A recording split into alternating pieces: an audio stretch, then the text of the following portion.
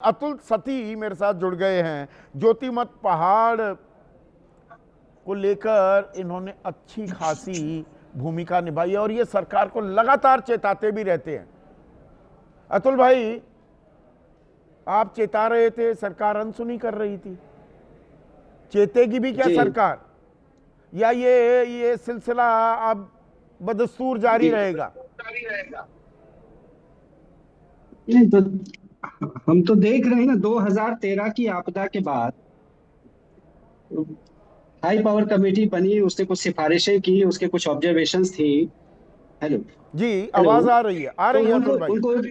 उनको उनको नहीं सुना सरकार ने। उसके बाद 2021 में बड़ी आपदा आई, 200 से ज्यादा लोग मर गए रेणी में, हम्म। जोशीमठ के पास। हम्म। एक पूरी जो जल विद्युत परियोजना है वो वॉश आउट हो गई, साफ हो गई। एक दूसरी बड़ी जल विद्युत परियोजना जो है उसमें 150 लोग मर गए। 2013 की आपदा के बाद कहा गया कि अर्ली वार्निंग सिस्टम लगाएंगे लगाएंगे। लगातार पर्यावरणविद इस बारे में चेतावनी दे रहे हैं कि भाई मौसम बदल रहा है। मौसम के बदलाव के कारण अतिवृष्टि जो है अब बहुत फ्रिक्वेंट हो गई है। हिमालय पहले ही कमजोर है, भूकंप के जोन 5 में है। यहाँ जो है इस तरह की गतिविधियां, इतनी बड़ी परियोजनाओं की जरूरत नहीं है। उसके बावजूद जो है ये सब चल रहा है। जो भी सरकारें आ रही हैं वो जो है बड़े पूंजी को लुभाने के लिए, बड़े कमीशन के लिए, ये सब के लिए वो कर रही हैं। और इसका नुकसान आम आदमी भुगत रहा है। ये बगैर इसको मद्देनजर, मौसम का जो बदलना है इसकी वजह से जो अतिवृष्टि की घटनाओं में वृद्धि हो नहीं गई अतुल है, भाई, बगैर मुझे ये इसको समझाइए, मद्देनजर। ये हाई पावर्ड कमेटी 2013 में बनी थी। अभी भी मैं आपके जुड़ने से पहले नवीन जोयाल साहब का भी जिक्र कर रहा था, वो मुझे बता रहे थे एक्सपर्ट्स जो बात कहते हैं उसको तो अनसुना कर दिया जाता है। तो हम ये ढोंग, ये नौटंकी क्यों कर रहे हैं कि भाई हाई पावर्ड कमेटी बनी है, अब नहीं होगी कोई आपदा, अब कोई विपदा नहीं होगी, अब कोई कुदरत का कहर नहीं बरपेगा? जी। ड्रामा नहीं नहीं, बंद वो करना तो चाहिए ना हमें। आप सुनते भी नहीं है ना उनकी। तो ये देखिए ना, high power committee supreme court ने बनाई जो ये ऑल वेदर रोड के मसले पर, उसकी सुनवाई नहीं हुई। बाद में उसके जो हेड थे डॉक्टर रवि चोपड़ा, उनको इस्तीफा देना पड़ा। तो जो है आप, जो एक्सपर्ट्स हैं, जो वैज्ञानिक हैं, जो भूवैज्ञानिक हैं, उनके आप सुनने को भी तैयार नहीं है। और उसका खामियाजा जब लोग भुगतते हैं, तो अभी देखिए आप सुन रहे हैं कि अब धामी साहब हमारे मुख्यमंत्री देहरादून में मीटिंग कर रहे हैं, अब ये सब हो रहा है। तो आपदा आने के बाद ये सब क्यों किया जा रहा है? आपदा आने से पहले क्यों नहीं तैयारी कर रहे हैं? उससे पहले क्यों नहीं सजगता है? उससे पहले क्यों नहीं आप संभल जाते और हैं? 3 दिन से आपदा आने के मूसलाधार बाद बरसात आप हो जो रही है, थी हिमाचल में, जो उत्तर में है, उत्तर काशी के। ये तो पहले ही जी वार्निंग सिग्नल्स, तो खतरे की घंटी तो बज रही थी कि नहीं? बिल्कुल बिल्कुल लगातार आ रही है कि भाई हिमाचल में ये हो रहा है। तो इससे पहले उत्तराखंड में हुआ है और सारे हिमालय में ही चल रहा है। हम तो यहाँ कल जो है दिल्ली में हमने परसों प्रेस क्लब में प्रेस कॉन्फ्रेंस किया अरुणाचल के संदर्भ में। तो अरुणाचल में अब 11,500 मेगावाट का आप बड़ा प्रोजेक्ट बना रहे हैं। तो आप क्या करना चाह रहे हैं हिमालय में? आप तो तबाही, सुप्रीम कोर्ट कह रहा है कि अगर नहीं, जो पर है ये आप थोड़ा सा इसी तरह कैच जारी कैच रहा। 22 वाली बात है अतुल भाई। जी देखिए, विकास तो जी करना होगा। अभी जैसे जनरल साहब ने भी जिक्र किया, भाई चीन ने गलवान में आंखें तरेरने की कोशिश की। हमें ऑल वेदर रोड, वो पहाड़ से चीनी बॉर्डर तक बनानी सुरंगें। पड़ी, वो बनी। जी तो जी हाइडल पावर प्रोजेक्ट्स, बांध भी बनाने होंगे, पर कितनी तादाद में बने, वो संतुलन, वो बैलेंस हम क्यों नहीं बना पाते? वही तो। अब देखिए ना, सुप्रीम कोर्ट कह रहा है कि अगर जो है जिस तरह का ये चल रहा है सब चलेगा तो देश के नक्शे से गायब हो जाएगा हिमाचल। और हम तो कह रहे हैं कि न सिर्फ हिमाचल, बल्कि जो है हिमाचल के अलावा पूरा हिमालय का ये खतरा, पूरा हिमालय ही जो है खत्म हो जाएगा अगर आप इस तरह को इसको जारी रखेंगे। तो हिमाचल पर भी खतरा मंडरा रहा है, और ये बड़ा खतरा। आनंद शर्मा, ये बड़े खतरे की घंटी भी बज रही है क्या आज जो हमने तस्वीर देखी है? और अभी तो हमें मालूम भी नहीं नुकसान कितना हुआ है। जी बिल्कुल। मैं तो पूरे हिमालय में काम कर चुका हूँ, हिमाचल से लेके उत्तराखंड से लेके सिक्किम में। और ये मैं बार बार कह रहा हूँ कि भारी, बहुत भारी वर्षा और अत्यधिक भारी वर्षा एक नॉर्मल फीचर है मॉनसून सीजन का पहाड़ों में। और चूंकि कुछ पहाड़ बहुत, उनकी जियोलॉजिकली इतने स्ट्रांग नहीं हैं, तो वहाँ फ्लैश फ्लड भी आएंगे, जैसे कि आज आया, लैंडस्लाइड भी होंगे। मगर यदि उस नदी के आसपास कोई बसावट नहीं है तो ये बाढ़ जो फ्लैश फ्लड है, लैंडस्लाइड आएगा और निकल जाएगा, कोई निकल नुकसान जाएगा, नहीं। हाँ। मगर सब लोग नदी में घुस के अंधाधुंध जो है अपना कंस्ट्रक्शन कर रहे हैं। और जहां आपने इसकी रोड की भी बात करी, 4 लेन क्यों चाहिए? हमें ऑल वेदर रोड चाहिए ना, तो 2 लेन से भी काम चल जाएगा। बिल्कुल और नहीं, वो आप फोटो आप geologically अच्छी होती weak है, structures को इश्तिहार पूरा लगाने में बेतरतीब से मजा आता है। काटेंगे। देखिए 4 लेन हाईवे हमने पहाड़ों में बना दी, आम आदमी को तो समझ नहीं है, वो तो कहेगा वो अरे वाह क्या कमाल हुआ, और फिर कमाल का फिर जब सत्यानाश होता है तो चुप्पी हो जाती है। बिल्कुल, पहाड़ों में 4 लेन जो है बहुत खतरनाक चीज है। और दूसरी बात है, जिस तरह से पहाड़ों को काटा जा रहा है, उनको ये भी नहीं मालूम कौन सी स्लोप में काटना है, कौन सी एरिया से रोड निकालनी है। जियोलॉजिस्ट की बात मानी जानी चाहिए, जो वो कहते हैं उनको सुनना चाहिए, उसके आधार पर ही रोड बनानी चाहिए। अदरवाइज तो ये बिल्कुल है आप बैल मुझे मार। विकास ऐसा नहीं, ये होना पहाड़ों चाहिए का जो हमें जो- विनाश से बचाए, मगर विकास ऐसा हो रहा है जो हमें विनाश बन के आनंद आ रहा है। जी, जो पहाड़ों का चांदनी चौक बन जाता है, ये मतलब घंटों घंटों के 5-5, 6-6 घंटे, 10-10 घंटों के जाम, जो आवाजाही है उसको रिस्ट्रिक्ट करने में कौन सी बड़ी ताकत लगानी होती है? आप परमिट सिस्टम कर दीजिए, आप लोगों से कहिए पहले आपको एडवांस बिल्कुल, बुकिंग करानी इको टूरिज्म पड़ेगी। लाइए ना आप, उनको गाड़ियों मतलब मत जाने दीजिए, उनको मत पहाड़ों जाने के ऊपर दीजिए। गाड़ियों को। माथेरन उनके में, दूसरी महाराष्ट्र बैटरी में ऑपरेटेड गाड़ियां हों। आप गए होंगे शायद, मुझे लगता है, मैं तो गया हूं, बहुत ही खूबसूरत जगह है। वहां पर 5 किलोमीटर पहले अपनी गाड़ी रोक दीजिए, जाने नहीं देंगे, पैदल चलो, रिक्शा में जाओ या घोड़े जी, पे बिल्कुल। बैठो। जी बिल्कुल, रिस्ट्रिक्शन होनी चाहिए, कितने टूरिस्ट जाएंगे, कैरिंग कैपेसिटी से। आप देखिए जब 4 लेन बन जाएगा आप देहरादून में, तो 3 घंटे में पहुंच जाएंगे, और उसके बाद क्या होगा? तो आप प्रॉब्लम को सॉल्व नहीं कर रहे हैं, आप प्रॉब्लम को सिर्फ ट्रांसफर कर दे रहे हैं। और यही रीजन है, चाहे वो नैनीताल हो, चाहे मसूरी हो, जैसे ही सीजन शुरू होता है सब जैम लग जाते हैं। तो हमारी कोई प्लानिंग नहीं, आप टैक्सेस लगाना शुरू कर ले दीजिए। में गया था, लोगों की गाड़ी को आनंद रोक जी, दीजिए। नैनीताल में कुछ मैं शुरू ले किया था गया, उन्होंने। पैंगोंग लेक पे गया, वो 3 इडियट्स के बाद कुछ ज्यादा ही वो लोकप्रिय हो गई थी। सो मरीरी ज्यादा बेहतर लगती है खैर मुझे, जो वो झील है पैंगोंग से। पर वहां मैं गया, वहां पर दिल्ली के ये लौंडे अपनी गाड़ियां उन्होंने झील में डाल रखी हैं जी। और फोटो खींच रहे हैं। मैंने कहा क्या बदमाशी कर रहे हो भाई, लिकड़ा आड़त है।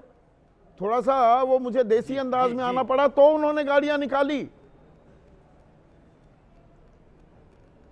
जी, तो आम आदमी की भी बिल्कुल, जिम्मेदारी है I fully कहीं ना agree with कहीं। you, आप बिल्कुल सहमत हूं। जी बिल्कुल, नहीं बिल्कुल, मैं तो पूरा मानता, हम सरकारों पे नहीं इसका पूरा दोष आरोपित कर सकते। आम जनता भी देखिए, जो लोकल हैं वो भी तो खुद नदी में घुस के घर बना रहे हैं, रिजॉर्ट बना रहे हैं, नहीं, homestay बना लालची हो रहे हैं ना, सबका इसमें- पैसा सबको- देखिए। और मैंने तो बहुत बार जागरूक किया। बिल्कुल अतुल सती साहब, देखिए जी। ये पैसा ऐसी चीज है, पैसा अच्छा लगता है लोकल्स को भी, स्थानीय लोग भी, बाहर वाला पैसा लेकर आ रहा है और यहाँ घूमने के शौकीन, अरे भाई लोग आएंगे तो टूरिस्ट आएगा तो होटल में रुकेगा, होटल में रुकेगा तो पैसे कमाएंगे। इस भेड़ चाल में सब अंधे हुए पड़े हैं। अतुल भाई, आप आनंद शर्मा, आप अगर जवाब दे पाए, कनेक्शन में थोड़ी दिक्कत आ रही है अतुल सती के साथ। ये पैसा कमाने जी, की जी। अंधी दौड़ भी तो चल रही है ना। और जी है मेरे पास, मैं मजे लेने जाऊंगा। एब्सोल्युटली एब्सोल्युटली, बिल्कुल बिल्कुल। देखिए सबसे बड़ी बात यह है कि एक तो रोजगार बहुत कम है उत्तराखंड में, सरकारों के पास एक लिमिट है कि उससे ज़्यादा रोजगार नहीं दे सकते। तो लोग अपने रोजगार खुद पैदा कर रहे हैं, छोटे छोटे होम स्टे बना रहे हैं, छोटे छोटे होटल बना रहे हैं। मगर प्रॉब्लम ये आ रही है कि उनको बोला जाए कि कहाँ बनना है, कहाँ नहीं बनाना है। अब उनको ऐसा लगता है एक्सेस है, और जो बाहर से टूरिस्ट भी आता है उसको चाहिए कि मेरी खिड़की से नदी दिखनी चाहिए। बिल्कुल, तो सवाल ये उठ रहा है कि कॉमन सेंस मिसिंग है, जो बेसिक कॉमन सेंस है वो कहीं भी नहीं अप्लाई हो रही है। और मालूम होना चाहिए कि काम है मानसून क्या, सीजन में, मतलब क्या वहां पर ऐसे, नहीं कॉमन है, कॉमन सेंस है। मैं एक सेकंड जनरल दत्ता, ये मुश्किल नहीं है जी, सरकारें- बिल्कुल कॉमन सेंस है। अच्छा जी, आप जारी रखिए बात। जी जी, देखिए ये मुश्किल नहीं है, ये सिर्फ कॉमन सेंस है। और एक देयर इज, कहते हैं where there is a will there is a way. मेरा अगर ये विल मानना है, will नहीं है, अगर और सब जो ख्वाहिश सबको है जल्दी से पैसा बनाना है। और वो इच्छा है, वो ताकत इस्तेमाल करना चाहे सरकार तो कर सकती है। लेकिन हम आम आदमी की भी बात कर रहे थे। अतुल सती, बीच में आपका कनेक्शन कट गया था, अभी फिर से कट गया है। तो जनरल वीके दत्ता, मैं आपसे जानना चाहूँगा, सरकार एक संतुलन बना ले, इसमें कुछ ज़्यादा रॉकेट साइंस का इस्तेमाल करना होता है क्या? क्यों नहीं हो पा रहा है ये? बिल्कुल, देखिए ऐसा है कि जो आपदा प्रबंधन की जिम्मेवारी है वो स्टेट गवर्नमेंट की होती है। स्टेट गवर्नमेंट, हर एक स्टेट गवर्नमेंट का, हर एक डिस्ट्रिक्ट का, जो वहाँ पे सिटी प्लानर्स हैं, जो बाई लॉज हैं, सेस्मिक जोन हैं, ये पूरा इलाका हिमालय का जोन 5 में आता है। यहाँ पे 2 मंजिल 3 मंजिल से ज़्यादा मकान होने नहीं चाहिए, और ख़ास कर में पहाड़ों में तो बिल्कुल नहीं होने चाहिए।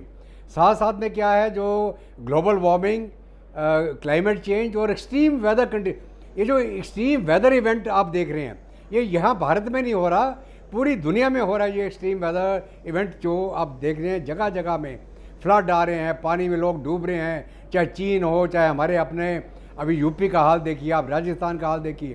तो एक्सट्रीम वेदर इवेंट चल रहे हैं। मैं देहरादून से हूँ। देहरादून के अंदर जिस ज़माने में हम स्कूल कॉलेज में पढ़ते थे, वहाँ जितनी नदियाँ नाले थे, हम वहाँ पे घूमने जाते थे, ट्रैकिंग करने जाते थे। आज के दिन में वहाँ कोई नदी नहीं बची, कोई नाला नहीं बचा जिसके अंदर मकान ना बन गया हो, सड़कें ना बन सर, गई हो। Correct me if I am wrong, आप तो देहरादून वासी हैं। 90 के दशक में हम देहरादून, जब मैं देहरादून जाता था, वहाँ मैंने किसी घर में एसी नहीं देखा, पंखे की भी ज़रूरत खास महसूस नहीं होती थी। आज तो बिना एसी के आप देहरादून में सो नहीं सकते गर्मियों में। बिल्कुल बिल्कुल, आपने आबादी ने और आपकी जो डेवलपमेंट, कंक्रीट जंगल आपने बना दिए हैं। और पहले देहरादून में सिर्फ राजपुर रोड होता था, अलग अलग कोठियाँ होती थी, और कोठियों के पीछे जंगल होता था, नदी थी, दोनों तरफ नदी, सस्त धारा के बीच राजपुर की तरफ इधर नदी, और मतलब एक अलग माहौल था। अभी उसको स्टेट कैपिटल बना दिया। वो स्टेट कैपिटल बनने की क्षमता नहीं थी उस शहर में। एक बहुत प्यारा शहर था, उसकी अभी खिचड़ी बन गई है बिल्कुल देहरादून की। ट्रैफिक जैम हो रहे हैं, आप अंदर ही शहर के अंदर 1 घंटे कहीं नहीं पहुंच पाते, और किसी ज़माने में 7 मिनट में हम पूरा शहर नाप देते थे। तो ये जो डेवलपमेंट चल रही है, अनप्लैन्ड, अनरिस्ट्रिक्टेड, लोगों को कुछ परवाह नहीं है, जो आपका प्रॉपर्टी डीलर्स हैं, मतलब ये बेअंत कार्रवाई चल रही है। आप इसको इकोनॉमिक एक्टिविटी बोलिए, अनप्लैन्ड डेवलपमेंट बोलिए, जिसके अंदर हमारे जो लोग, जिनकी जिम्मेवारी है इनको देखने की। तो अतुल वो लोग सती, नजरअंदाज क्या करते हैं। व्यवस्था चेत भी सकती है, दुरुस्त भी हो सकता है? चाहे तो, अगर प्रबंधन चाहे, अगर व्यवस्था चाहे, चीजें दुरुस्त तो हो सकती हैं।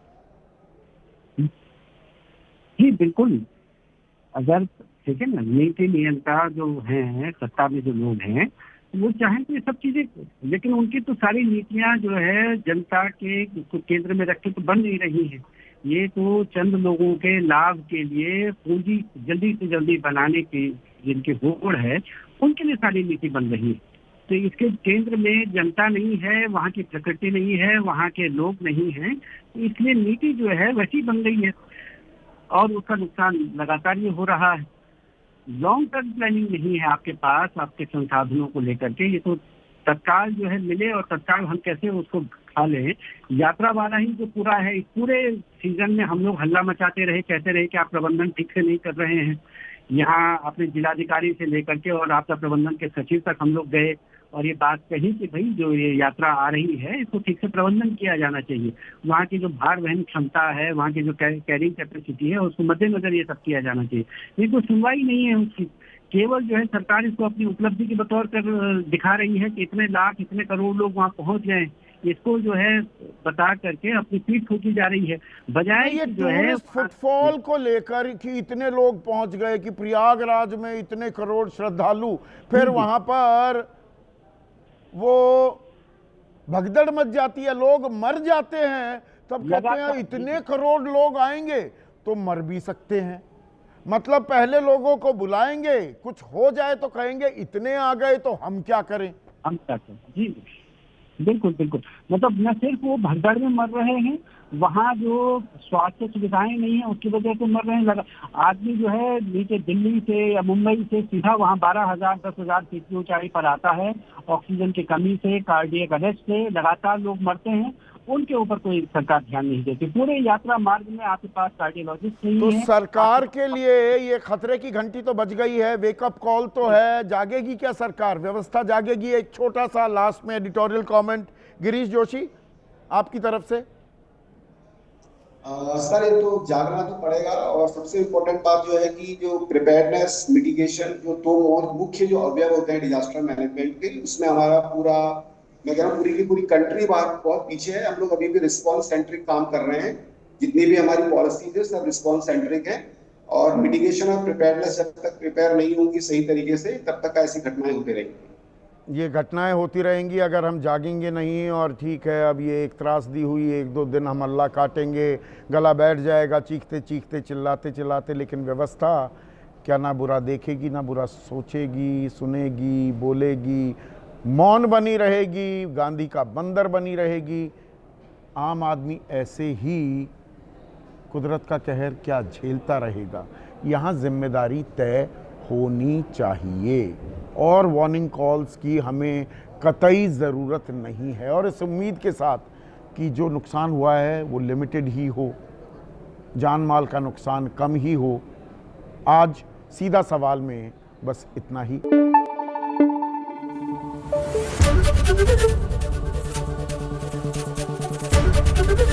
एबीपी न्यूज़ आपको रखे आगे।